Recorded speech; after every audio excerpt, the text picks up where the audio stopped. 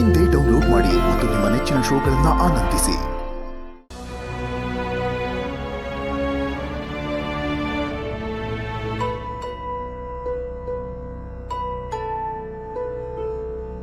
ಅದಕ್ಕೆ ಏನು ಯೋಚನೆ ಮಾಡ್ತಿದ್ದೀರಾ? ಯೋಚನೆನಾ? ಇಲ್ವಲ್ಲ, ಅಂಥದ್ದೇನೂ ಇಲ್ಲ. ಏನಾಯ್ತು ಅದಕ್ಕೆ? ನಿಮ್ಮ ಯಜಮಾನ್ರು ನೆನಪಾಗ್ತಿದ್ಯಾ? ಅವ್ರೇನಾದ್ರೂ ಇಲ್ಲಿ ಇರ್ಬೇಕಿತ್ತು ಅಂತ ಅನಿಸ್ತಿದ್ಯಾ? ಅನ್ಸಿದ್ದೆಲ್ಲ ನಡೆಯುತ್ತಾ ಮೇಡಮ್ ಅವರೇ? ಮನುಷ್ಯನ ಜೀವನನೇ ಹಾಗೆ. ಆದರೂ ನಾವು ಅನ್ಕೊಂಡಿರೋದನ್ನ ಪಡ್ಕೊಳ್ಳೋವರೆಗೂ ನಾವು ಬಿಡಬಾರ್ದು. ಅದಕ್ಕೆ ತಾನೇ ಸುಂದ್ರ ಅವರು ಅಷ್ಟು ದೂರ ಹೋಗಿ ಅಷ್ಟು ಕಷ್ಟಪಡ್ತಿರೋದು. ನಿಜ, ನನಗೂ ಅದೇ ಸಂತೋಷ. ಅವರನ್ನ ನೀವು ಬದಲಾಯಿಸಿ ಒಳ್ಳೆ ಮನುಷ್ಯ ಮಾಡಿಬಿಟ್ಟಿದ್ದೀರಾ. ಅವ್ರ ಮನಸ್ಸಲ್ಲಿ ಸ್ವಾಭಿಮಾನ ಬರೋ ಹಾಗೆ ಮಾಡಿದ್ದೀರಾ. ಅದಕ್ಕೆ ನಂಗೆ ತುಂಬ ಸಂತೋಷ ಇದೆ ಮೇಡಮ್ ಅವರೇ. ನೀವು ಕೂಡ ಅವ್ರ ಜೊತೆ ಇರೋ ಥರ ಏನಾದರೂ ವ್ಯವಸ್ಥೆ ಮಾಡ್ಕೊಳ್ಳ? ಅಯ್ಯಯ್ಯೋ, ಬೇಡ ಮೇಡಮ್ ಅವರೇ. ಅವರು ಸ್ವಾಭಿಮಾನದಿಂದ ದುಡಿತೀನಿ ಅಂತ ಹೋಗಿದ್ದಾರೆ. ಅದು ನಂಗೆ ತುಂಬ ಸಂತೋಷ. ಅವ್ರು ಕಷ್ಟಪಟ್ಟು ದುಡಿದು ನನ್ನನ್ನು, ನನ್ನ ಮಗಳನ್ನ, ಅವ್ರ ಅಪ್ಪ ಅಮ್ಮನ್ನ ಒಂದು ಮನೆ ಮಾಡಿ ಅಲ್ಲಿ ಕರ್ಕೊಂಡು ಹೋಗಿ ಚೆನ್ನಾಗಿ ನೋಡ್ಕೋಬೇಕು ಅಂತ ನನ್ನ ಆಸೆ. ಆಗ ನಾನೇ ಖುಷಿಯಿಂದ ಹೋಗ್ತೀನಿ.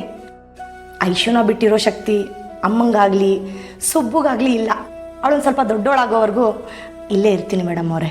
ನಿಮಗೇನು ಸಂತೋಷ ಅನಿಸುತ್ತೋ ಹಾಗೆ ಮಾಡಿ. ಆದರೂ ಒಂದೊಂದ್ಸಲ ಮಂಕಾಗಿರ್ತೀರಲ್ಲ, ಅದಕ್ಕೆ ಹೇಳಿದೆ ಅಷ್ಟೆ. ಏನು ಮಾಡೋಕ್ಕಾಗತ್ತೆ ಮೇಡಮ್ ಅವರೇ, ಹೆಣ್ಣಿನ ಮನಸ್ಸಲ್ವಾ. ಗಂಡ ದೂರ ಇರೋರ್ದು ಒಂಥರ ಸಂಕಟ ಆದರೆ, ಗಂಡ ಹತ್ರನೇ ಇದ್ದು ದೂರ ಇರಬೇಕಲ್ಲ ಅನ್ನೋರ್ದು ಒಂಥರ ಸಂಕಟ. ಸುಬ್ಬು, ಶ್ರಾವಣಿಮ್ಮ, ಎಲ್ಲರೂ ಬರ್ತೀರಾ ಇಲ್ಲಿ?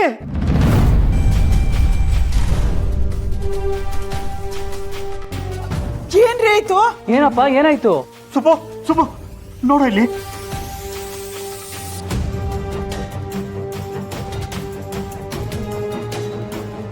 ಅಲ್ಲಿ ನೋಡು, ಏನ್ ಬರ್ದಿದೆ ಅಂತ ಓದೋ. ವಿದ್ಯಾಮಂತ್ರಿಗಳ ಮೇಲೆ 30 ಕೋಟಿ ಲಂಚದ ಆರೋಪ. ತನಿಖೆಗೆ ವಿರೋಧ ಪಕ್ಷದ ಆಗ್ರಹ.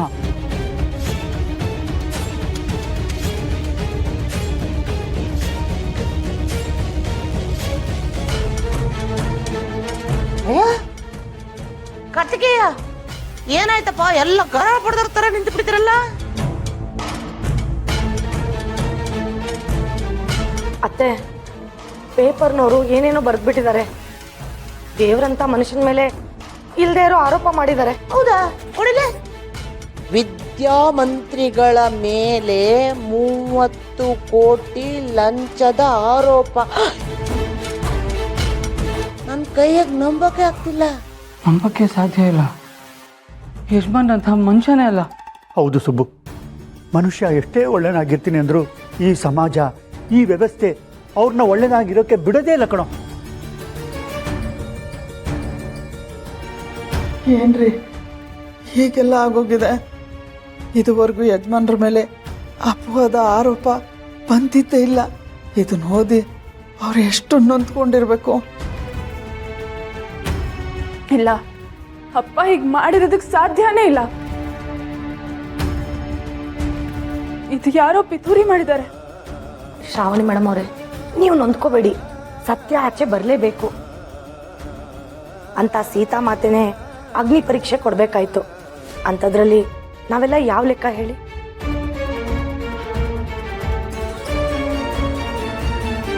ಓಹೋ, ಈ ಅಗ್ನಿ ಪರೀಕ್ಷೆ ಸೃಷ್ಟಿ ಮಾಡಿರೋದು ಆ ವಿಜಯಾಂಬಿಕೆ ಅಂತ ಆಯ್ತು. ಈ ಹಾಲ್ ಮಾರೋ ಹೆಂಗಸು ಏನೋ ಅನ್ಕೊಂಡಿದ್ದೆ, ಆದ್ರೆ ಇನ್ನೇನೋ ಯೋಚನೆ ಮಾಡ್ತಿದ್ದಾಳೆ.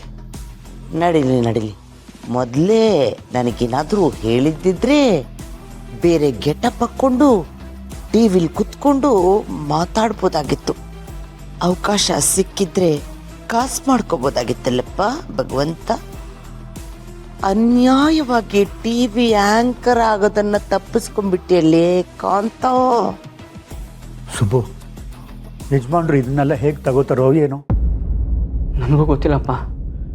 ನಾನೊಂದ್ಸಲ ಯಜಮಾನ್ ಹತ್ರ ಮಾತಾಡ್ತೀನಿ.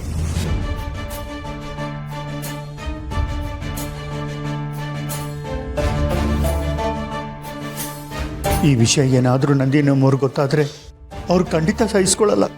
ಹೇಗೋ ಒಂದು ಸೇಫ್ ಆಗಿರೋ ಜಾಗದಲ್ಲಿ ಇದ್ದಾರೆ ಅವರು. ಈ ವಿಷಯ ಗೊತ್ತಾಗಿ ಅವ್ರು ಅಲ್ಲಿಂದ ಆಚೆ ಬಂದ್ಬಿಟ್ರೆ ಆಗ ದೊಡ್ಡ ಅಪಾಯನೇ ಆಗುತ್ತೆ.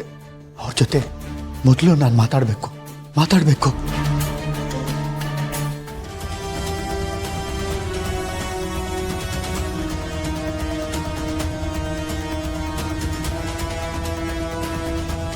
ವೀರು, ನೀನ್ ಈ ಸುಳಿಗ್ ಸಿಕ್ಕಾಕೊಂಡು ಮುಳುಗೋಗ್ತೀಯ. ಇನ್ನು ನಿನ್ನನ್ನು ಕಾಪಾಡೋರು ಯಾರೂ ಇಲ್ಲ.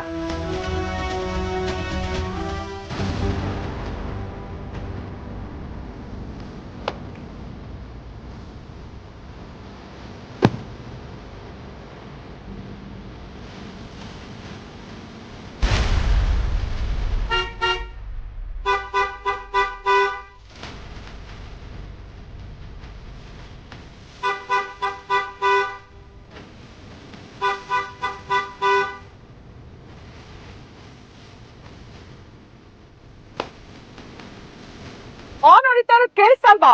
ದಾರಿ ಬಿಡಮ್ಮ, ಹೋಗ್ಬೇಕು. ನಿನಗೆ ಹೇಳ್ತಿರೋದು ಕಿವಿ ಕೇಳಿಸ್ತಿಲ್ವಾ?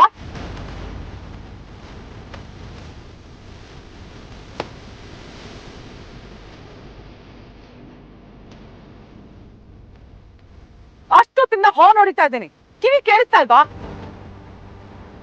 ದಾರಿ ಬಿಡಮ್ಮ. ಏನೀಗ ದುಡ್ಡು ಬೇಕಾ?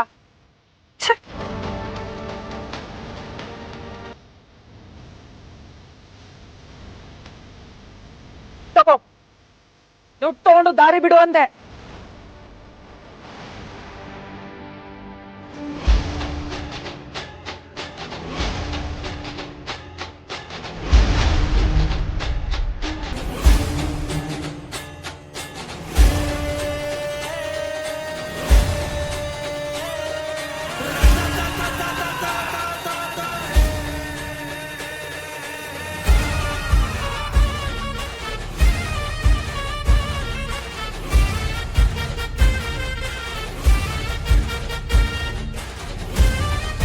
ಏನ್ ವಿಜಯಾಂಬಿಕಾ, ನಡುಕ್ತಾ ಇದೀಯಾ?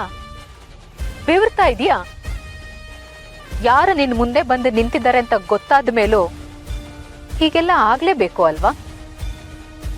ಇಷ್ಟು ವರ್ಷ ಯಾರ ಹೆಸರು ಕೇಳಿದ್ರೆ ನಿನ್ ಗಂಟ್ಲು ಒಣಗ್ತಾ ಇತ್ತೋ, ಇಷ್ಟು ವರ್ಷ ಯಾರು ಭೂಮಿ ಮೇಲೆ ಇಲ್ಲ ಅಂತ ಅಂದ್ಕೊಂಡು ನೀನು ಮೆರೀತಾ ಇದೆಯೋ, ಇವಳೊಬ್ಳು ಇದ್ರೆ ನಾನು ಬದುಕೋದೇ ಕಷ್ಟ ಅಂತ ಕನವರಿಸ್ತಾ ಇದೆಯೋ, ಅವಳೇ ಈಗ ಬಂದು ನಿನ್ನ ಮುಂದೆ ನಿಂತಿದ್ದಾಳೆ. ನಂದಿನಿ.